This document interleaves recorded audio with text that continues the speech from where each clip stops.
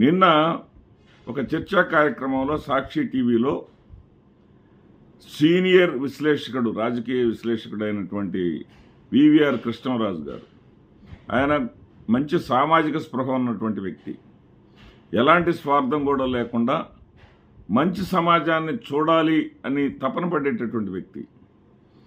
ఆ వ్యక్తి నిన్న తొందరపడి ఒక కామెంట్ చేశారు. ఆయన చేసింది తప్పే.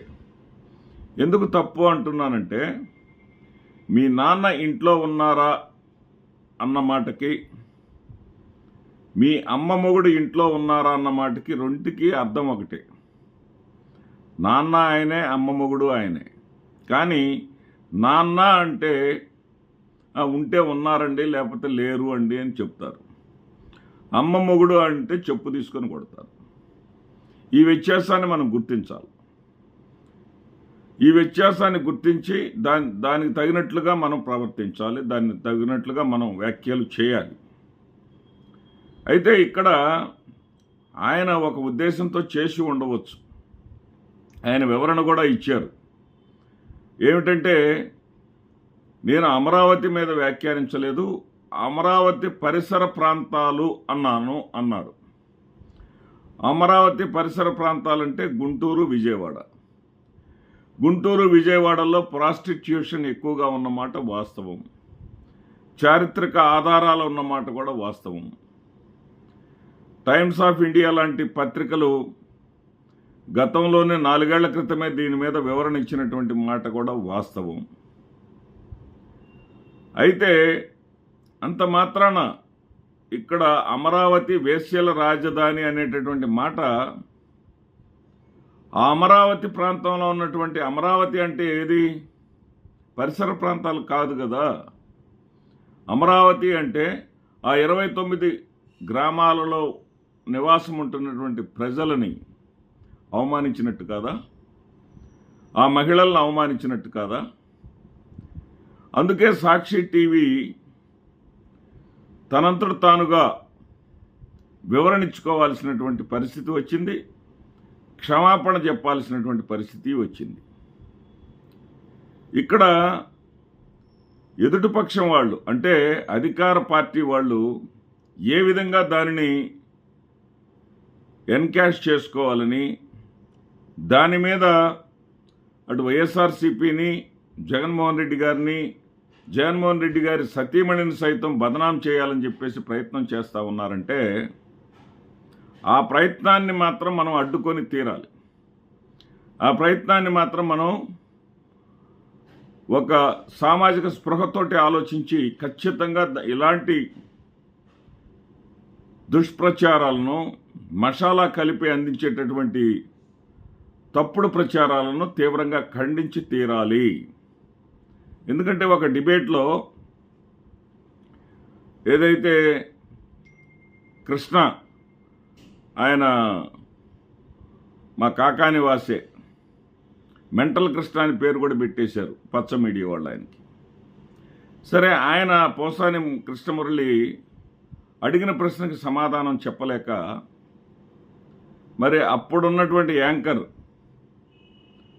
ఆయన TV5 సాంబశివరావు, ఆయన ఏమన్నాడు, అప్పటి నుంచి ఆయనకి పేరు పెట్టేశారు.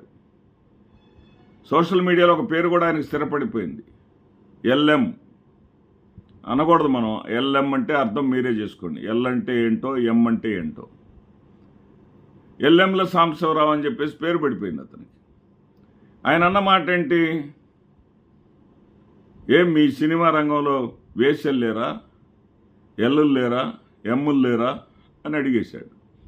ఏం అప్పుడు చేయలేదేమి ఇంత రాద్ధాంతం, అప్పుడు చేయలేదేమి ఇంత గొడవ, అప్పుడు ఇలా మాట్లాడటం తప్పు సాంబశివరావు అని చెప్పేసి ఇదే మహిళల పట్ల గౌరవం ఉన్నటువంటి ఈ తెలుగుదేశం పార్టీ వాళ్ళు ఈ వ్యాఖ్యలు చేయలేదే, సాంబశివరావుని ఖండించలేదే. ఇప్పుడు కృష్ణరాజు వెంటబడుతున్నటువంటి వాళ్ళని, సాక్షి యజమాని వైఎస్ భారతి గారు కాబట్టి భారతి గారి మీద పడుతున్నటువంటి వీళ్ళని నేను ప్రశ్నిస్తున్నా. కృష్ణరాజు గారు సామాజిక కోణంలో ఆలోచించే చెప్పున్నారు. కానీ ఆయన అన్నమాట తప్పే. అమరావతి అనేది ఆంధ్రుల రాజధాని, అది వేశ్యల రాజధాని కాదు. అది చాలా తప్పు ఆయన మాట్లాడిన మాట. కానీ దానికి ఆయనకు బేస్ వేరే రకంగా ఉంది. ఆయన ఆలోచన ఏంటంటే, ఈ గుంటూరు విజయవాడ పరిసర ప్రాంతాల్లో ప్రాస్టిట్యూషన్ ఎక్కువగా జరుగుతున్నందువల్ల ఆ సెక్స్ వర్కర్ల సంరక్షణ కోసం 150 వరకు స్వచ్ఛంద సేవా సంస్థలు వచ్చి పనిచేస్తూ ఉన్నాయి. దేశంలో ఎక్కడ కూడా ఒక ప్రాంతంలో ఇన్ని స్వచ్ఛంద సేవా సంస్థలు వచ్చి సెక్స్ వర్కర్ల సంక్షేమం కోసం పనిచేసేటటువంటి పరిస్థితి లేదు. ఈ పరిస్థితుల్లో ఉన్నటువంటి ఈ ప్రాంతం యొక్క అభివృద్ధి గురించి ఆలోచనలు చేయండి. మీరు ప్రభుత్వాల యొక్క బాధ్యతలు ఉన్నాయి. ఉదాహరణకి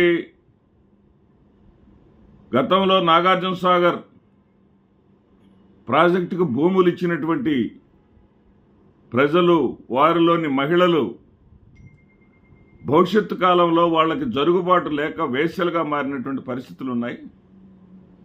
ఇలాంటి పరిస్థితుల్లో ప్రభుత్వాల మీద బాధ్యతలు ఎంతో ఉన్నాయి. చంద్రబాబు నాయుడు గారు ఒకవైపున అసలు ఆ వేశ్య వృత్తికి కూడా లైసెన్స్ ఇచ్చేయాలన్నట్టుగా మాట్లాడుతున్నారు. అది తప్పు అని వాదన చేయండి, తప్పులేదు. అంతేగాని ఆంధ్రులు ఒక సౌధంలాగా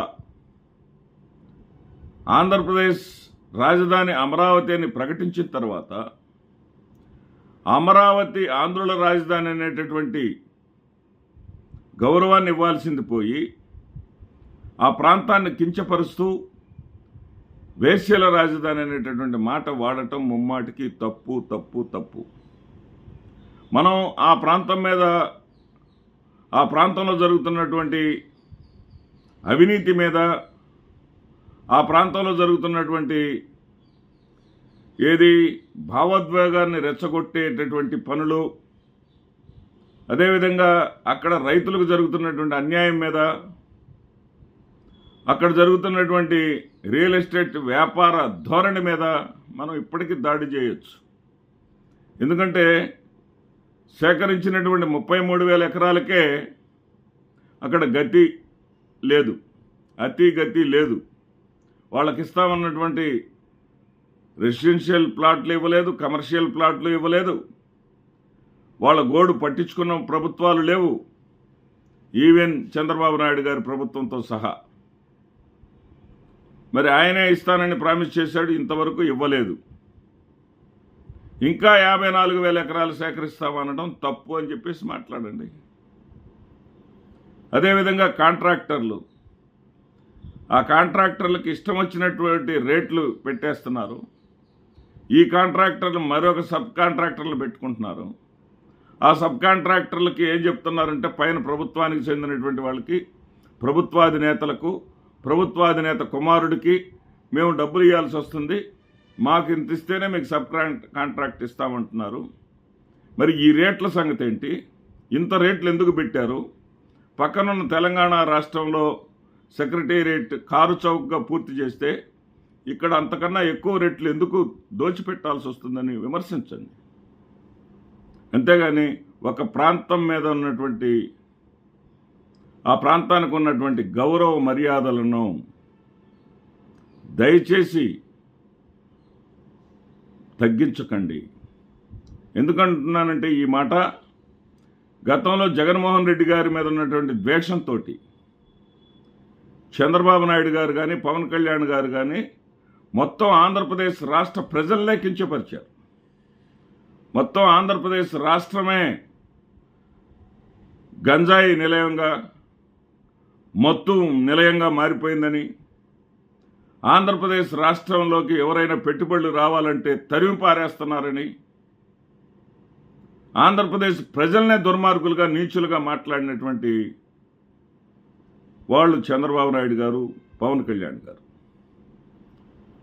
అంతకన్నా ఘోరమైనటువంటి మాట ఏం కాదు కృష్ణరాజు గారు మాట్లాడింది.